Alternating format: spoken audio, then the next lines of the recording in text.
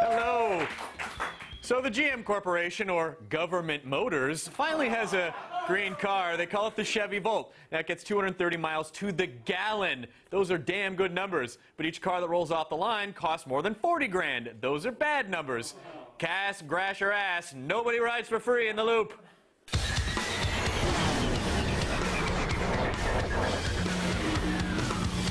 Just to make sure I said gas. That would have been awkward otherwise. Joining us from Ann Arbor, Michigan to help make sense of it all is technical editor for Green Fuels Forecast and autobloggreen.com, Mr. Sam Abu-El-Samid. Thank you very much for being here. Hey, Chris. My pleasure. Excellent. Let's get into it. So is GM's Volt announcement, it's 230 miles per gallon. It's an electric car. Is that a game changer that some people are claiming? Well, it's certainly got the potential to be a game changer. I mean, a lot is going to depend on what the actual price ends up being. I mean, you know, you've heard that $40,000 number, but no, GM hasn't given a final price on the car yet. The first generation model is definitely going to be expensive to build. The price they actually sell it for, you know, if you look back 10 years when the Prius debuted, it certainly had the potential to be a game changer, and it became one. But you know, it took a number of years for that to happen, and it'll probably be the same thing for the Volt. It'll probably be several years before it starts to get any significant volumes of production and bring the price down. Sure. I mean, that's just the market and how technology works. But how does the 2011 Volt compare to the other EVs that are on the road? Well, the big difference between the Volt and some of the other EVs that are coming out, like, well, the Tesla Roadsters out there now, Nissan just a couple of weeks ago announced their new Leaf EV that's going to be debuting late next year and coming to market really in 2011. Those are pure battery electric vehicles, and so they rely totally on the battery. The Volt is also purely electrically driven. It's not like a Prius where both the engine and the electric motor can drive the car. The Volt only has the electric motor connected to the wheels, and it runs off the battery for about 40 miles or so until the battery is depleted.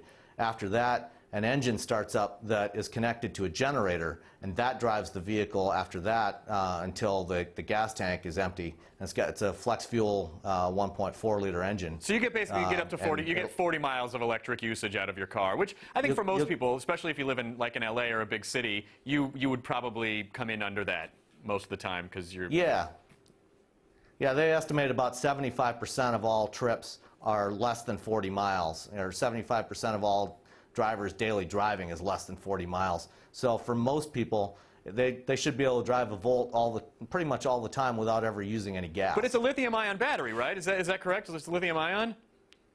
It's a lithium-ion battery, but it's not the same kind of lithium-ion batteries that you have in your cell phones and your laptop computers. Good, because those get real hot. They do get hot, and they also tend to have a fairly limited lifespan. You know, usually your cell phone battery, after about a year and a half or so, it has a hard time holding much of a charge. The batteries in the Volt and all these other EVs that are coming out have been specifically designed. There are different chemistries, so they're designed for automotive applications in order to last longer, take more charge cycles, and also they're much more carefully controlled, so they don't overcharge them and they don't use them all the way down to zero charge.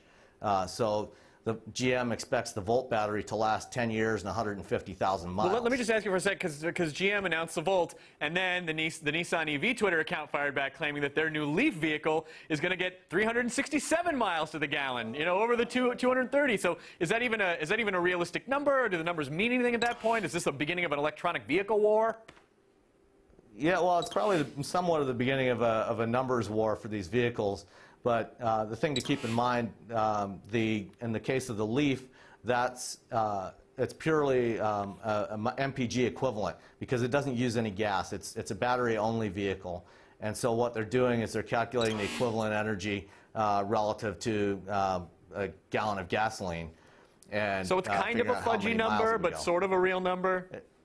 Yeah, it's kind of a fudgy number. In the case of the Volt, that 230 mile per gallon number, the way they came up with that, the EPA is working on a new formula for these types of vehicles that have a combined electric and extended range drive. And so what they do is the normal drive cycle they use to calculate MPG is about a 10-mile loop.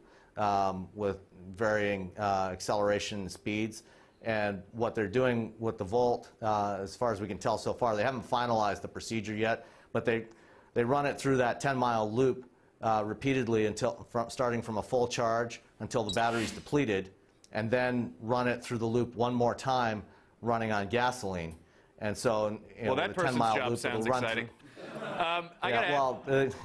They're just running around in circles. But I have to ask you, though, at the end of the day, as Chris Gore would say, the bottom line, should people be giving the Volt serious consideration, or do we wait a few more years until it's a little more ubiquitous in the market and they can lower costs? I mean, what do you think? Well, definitely, if people don't give it consideration at the beginning, they'll never get the lower costs. With any of these new technologies, they're always expensive at the beginning, and as time goes on, as they get more volumes, the cost goes down. So, there will definitely be some people in the first couple of years who will have to buy it at a higher price, but keep in mind that there's also a $7,500 federal tax credit on plug-in vehicles like that.